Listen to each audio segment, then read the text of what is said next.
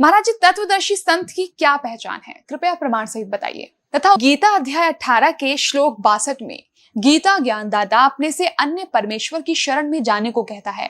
वह परमेश्वर कौन है? ये अध्याय नंबर 8 आप पढ़ रहे हैं। हमने 3 पढ़ दिया, 5 पढ़ेंगे।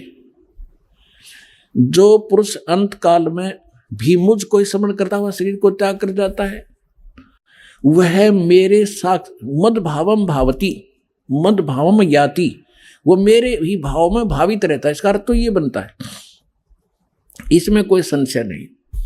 और 7वें में क्या कहा है?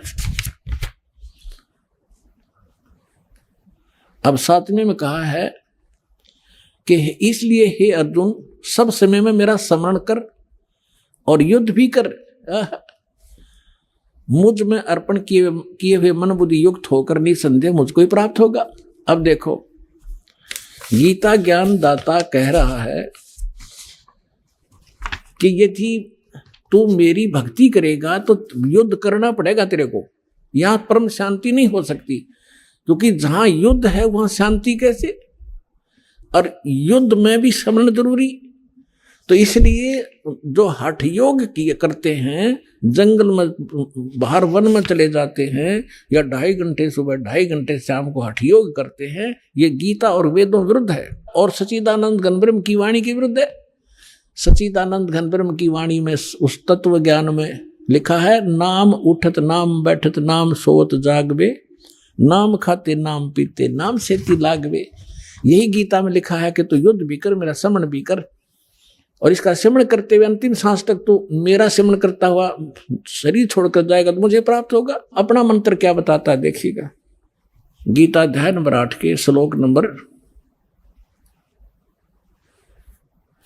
अब 13 में गीता ज्ञानदाता कहता है, ओम इति एकाक्षरम ब्रह्म व्यवहरण माम अनुसमरण, ये प्रयाति तदंदेहम सयाति परमाम गतिम। मुझ ब्रह्म का, माम ब्रह्म, मुझ ब्रह्म का केवल ये ओम, यह एक अक्षर है, नथिंग एल्स। ये ओम अक्षर है, ये ओम, ओम, ये एक ओम अक्षर है। और सुमन करके, उच्चारण करके सुमन करने का, और यह प्रयाति तदंदेहम, जो इसका सिमरण करता हुआ शरीर छोड़कर जाता, सयाति परमाम गतिम, वो इस ओम से मिलने वाली परम गति को प्राप्त करेगा, परम गति को। अब ओम से मिलने वाली परम गति कौन सी है? ब्रह्मलोक, क्योंकि ब्रह्म का मंत्र है ओम। ओम के जाप से ब्रह्मलोक प्राप्त होगा, और ब्रह्मलोक में गए हुए प्राणी भी पुनरावृत्ति में 8वें अध्याय के 16वें श्लोक में लिखा, ये देख।